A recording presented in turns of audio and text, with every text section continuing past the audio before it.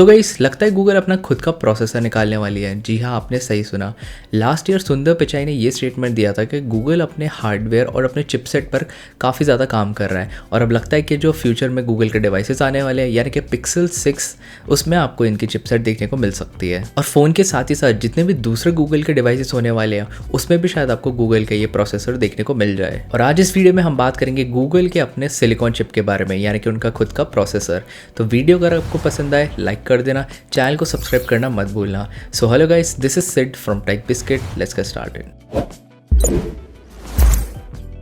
तो guys Google ये पहली बार चिपसेट नहीं बना रहा। इससे पहले वो अपने पिक्सल फ़ोन्स के लिए पिक्सल विजुअल कोर चिप बना चुकी है जो कि कैमरा प्रोसेसेस को हैंडल करता है, चाहे वो एक वीडियो हो या फिर फोटोज़ हो। तो पिक्सल फ़ोन्स में जो भी कैमरा इन्फॉर्मेशन वगैरह होती है वो सारी वो पिक्सल विजुअल कोर प्रोसेस करता है, जिसका जो एंड रिजल्ट होता है वो काफ़ी ज़्यादा अमेजिंग होता है, यानी कि जो पिक्चर्स वगैरह होते हैं वो काफ़ी अच्छे आते हैं। इसी के साथ गूगल एक और चिप को डेवलप कर चुकी है पास्ट में जिसका नाम है टाइटन एम चिप, जो कि एक सिक्योरिटी चिप है। और वो टाइटन एम चिप आपके फ़ोन के सारे डेटा को इनक्रिप्टेड रखती है और इसकी जो सिक्योरिटी लेवल है यानी कि जो उसका सिक्योरिटी ग्रेड है चिप का वो है एंटरप्राइज ग्रेड। यानी कि जो गूगल की टाइटन एम सिक्योरिटी चिप है उसको हैक करना या फिर उसमें कोई भी बग्स वगैरह ढूंढना काफ़ी ज़्यादा मुश्किल है। और गूगल ने दोनों चिप इसलिए बनाई क्योंकि जो क्वालकॉम की कैमरा ISP और सिक्योरिटी चिप है उस पर गूगल को इतना ज़्यादा ट्रस्ट नहीं है, इसलिए उन्होंने अपनी खुद की डेवलप करी। और गूगल अपने दोनों चिप के साथ यानी कि पिक्सल विजुअल कोर और टाइटन एम चिप के साथ नेक्स्ट लेवल एक्सपीरियंस देना चाहते थे। और यही सेम चीज़ अब गूगल अपने प्रोसेसर्स के साथ कर रहा है। यानी कि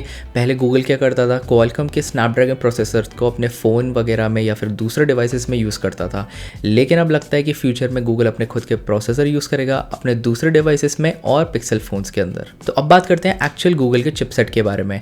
तो गूगल अपने जो डिज़ाइन है वो ARM को बेस लेकर चल रही है और उस ARM के बेस डिज़ाइन पर अपने चिपसेट को डिज़ाइन कर रही है। और दूसरे रिपोर्ट्स में ये भी पता चला है कि वो जो चिपसेट होने वाला है वो सैमसंग की 5nm टेक्नोलॉजी पर बेस्ड होगा। तो सैमसंग सिर्फ गूगल को फैब्रिकेशन और अपनी जो टेक्नोलॉजी है उसमें हेल्प कर रही है, लेकिन जो एक्चुअल डिज़ाइन वगैरह है उस चिपसेट की वो पूरी गूगल कर रही है। जैसे पास्ट में जो एप्पल की चिपसेट थी आईफोन के लिए उसमें भी सैमसंग ने हेल्प की थी उसकी फैब्रिकेशन और टेक्नोलॉजी के लिए, तो यहाँ पर भी आपको वही सेम स्टोरी देखने को मिल रही है। और गूगल का जो प्रोसेसर होने वाला है उसका जो मेन फोकस है यानी कि जो उसका की पॉइंट है वो होने वाला है मशीन लर्निंग या फिर AI। और जैसा आप सभी को पता ही है कि गूगल के हर एक प्रोडक्ट में चाहे वो एक सॉफ्टवेयर हो या फिर हार्डवेयर हो उसमें आपको AI यानी कि आर्टिफिशियल इंटेलिजेंस देखने को मिल ही जाएगी। और इसी चीज़ को गूगल अब नेक्स्ट लेवल पर ले जाना चाहता है अपने चिपसेट के साथ। और कुछ लीक्स में ये भी पता चला है कि उनके चिपसेट के अंदर TPU यानी कि टेंसर प्रोसेसिंग यूनिट का भी यूज़ हो सकता है। गूगल के इस प्रोसेसर का जो कोड नेम है यानी कि जो इसका इंटरनल कोड नेम है वो है GS101 यानी कि गूगल सिलिकॉन 101। अब इस चिपसेट के कोर स्ट्रक्चर के बारे में बात करें तो इसमें आपको 2 हाई परफॉर्मेंस कोर सीखने को मिलेंगे जो कि Cortex A78 के हैं, 2 मिड कोर सीखने को मिलेंगे जो कि है Cortex A76 आर्किटेक्चर के, और 4 पावर सेविंग कोर सीखने को मिलेंगे जो कि होंगे Cortex A55 आर्किटेक्चर पर। इसी के साथ ये सैमसंग के 5nm टेक्नोलॉजी पर बेस्ड होगा जो कि काफ़ी ज़्यादा अमेजिंग बात है। लेकिन यहाँ पर एक इंपॉर्टेंट बात आ जाती है कि गूगल का जो प्रोसेसर आने वाला है वो स्नैपड्रैगन की जो 800 सीरीज़ है उसको टक्कर नहीं देगा। यानी कि जो गूगल का प्रोसेसर होने वाला है वो टॉप क्वालिटी बेस्ट नहीं होगा, लेकिन वो स्नैपड्रैगन के जो 700 सीरीज़ है उसको ईजिली बीट कर सकता है। लेकिन अब एक क्वेश्चन आ जाता है कि अगर गूगल को स्नैपड्रैगन 800 सीरीज़ को बीट नहीं करना था तो फिर अलग से खुद का प्रोसेसर क्यों बनाया और क्वालकॉम का ही कोई प्रोसेसर यूज़ क्यों नहीं किया? तो भी आपके माइंड में भी क्वेश्चन आया होगा, तो इसका भी आंसर मेरे पास है। तो प्रॉब्लम ये है कि गूगल के पास अपना जो इकोसिस्टम है उसका कंट्रोल नहीं है। जैसे अगर आप उनके पिक्सल फोन्स को देखोगे तो उसमें जो चिपसेट है वो लगा है क्वालकॉम का, और क्वालकॉम को हर एक एंड्रॉयड अपडेट के साथ ड्राइवर्स अपडेट करने पड़ते हैं। तो बेसिकली जो सॉफ्टवेयर सपोर्ट है चिपसेट के डिपार्टमेंट में वो पूरा क्वालकॉम हैंडल करती है और गूगल के पास कोई कंट्रोल नहीं है। और इनकेस अगर क्वालकॉम फ्यूचर में ड्राइवर्स वगैरह अपडेट देना बंद कर देती है तो गूगल चाहकर भी लेटेस्ट एंड्रॉयड अपडेट को रिलीज नहीं कर पाएगा। और इसीलिए आपको गूगल के पिक्सल फोन्स में सिर्फ 3 ईयर्स ऑफ गारंटीड अपडेट देखने को मिलते हैं। लेकिन अब ये गूगल पूरी स्टोरी को चेंज करना चाहता है और प्रोवाइड करना चाहता है 5 ईयर्स ऑफ गारंटीड अपडेट्स। जी हाँ, 5 ईयर्स। तो फ्यूचर में गूगल प्रोसेसर वाले फोन्स में आप 5 ईयर्स ऑफ अपडेट्स एक्सपेक्ट कर सकते हो या फिर उससे भी ज़्यादा। जैसे आपको एप्पल के आईफोन्स पे देखने को मिलता है, आपको काफ़ी सारे आईफोन्स में 5 ईयर्स ऑफ अपडेट देखने को मिलेंगे, लेकिन कुछ ऐसे हैं जिसमें आपको उससे भी ज़्यादा अपडेट्स मिले हैं। तो यहाँ पर भी गूगल वही सेम चीज़ को इम्प्लीमेंट करना चाहता है अपने प्रोसेसर्स के साथ।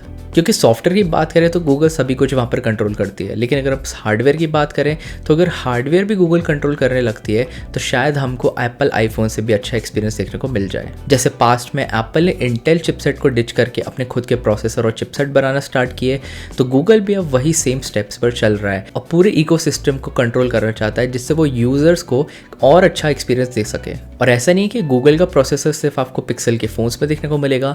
रिपोर्ट्स और लीक्स में पता चला है कि आपको क्रोमबुक जैसे डिवाइसेस और पिक्सल फ़ोन जैसे डिवाइसेस पर भी देखने को मिल जाएगा, और होपफुली दूसरे एंड गूगल के जो डिवाइसेस होने वाले हैं उसमें भी आपको ये प्रोसेसर देखने को मिल जाएगा। और गूगल ने अपने चिपसेट के लिए ARM को बेस इसलिए लिया है कि जो ARM चिपसेट होती है वो पावर बहुत कम लेती है। इसी के साथ अगर आप उसमें हीटिंग वगैरह के कुछ होता है तो उसकी जो परफॉर्मेंस है वो डिग्रेड नहीं होती। लेकिन ये तो हमें तभी पता चलेगा जब गूगल के प्रोसेसर के साथ उनके फ़ोन लॉन्च वगैरह होंगे, तभी उसकी परफॉर्मेंस को हम ईजिली देख सकते हैं। और क्योंकि गूगल के प्रोसेसर के साथ उनके फ़ोन रिलीज़ होंगे तो उनकी जो ऑप्टिमाइजेशन होगी वो भी टॉप नॉच होने वाली है, जैसा आपको एप्पल के आईफोन्स के साथ देखने को मिलता है।